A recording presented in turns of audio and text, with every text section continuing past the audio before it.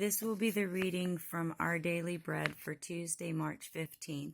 I'll begin by reading Matthew chapter 5, verses 13 to 16.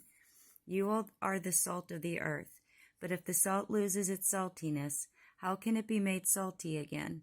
It is no longer good for anything except to be thrown out and trampled underfoot. You are the light of the world. A town built on a hill cannot be hidden. Neither do people light a lamp and put it under a bowl. Instead, they put it on its stand, and it gives light to everyone in the house. In the same way, let your light shine before others, that they may see your good deeds and glorify your Father in heaven. No formula needed. When Jen was young, her well-intentioned Sunday school teacher instructed the class in evangelism training, which included memorizing a series of verses and a formula for sharing the gospel. She and a friend nervously tried this out on another friend, fearful they'd forgotten an important verse or step. Jen doesn't remember if the evening ended in conversation, but guesses it did not. The approach seemed to be more about the formula than the person. Now, years later, Jen and her husband are modeling for their own children a love for God and sharing their faith in a more inviting way.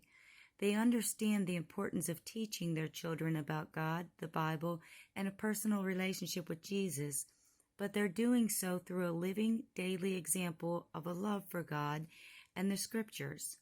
They're demonstrating what it means to be the light of the world, Matthew 5:14, and to reach out to others through kindness and hospitable words. Jen says, we cannot impart words of life to others if we do not possess them ourselves. As she and her husband show kindness in their own lifestyle, they're preparing their children to invite others into their faith. We don't need a formula to lead others to Jesus. What matters most is that a love for God compels and shines through us. As we live in and share His love, God draws others to know Him too. Have you shared the good news with another? What was the result? What are some other ways you could share about Jesus? Dear God, I want others to experience the loving relationship I have with you. Help me in my walk and talk to draw others to you. In Jesus' name I pray. I hope all of you have a blessed day.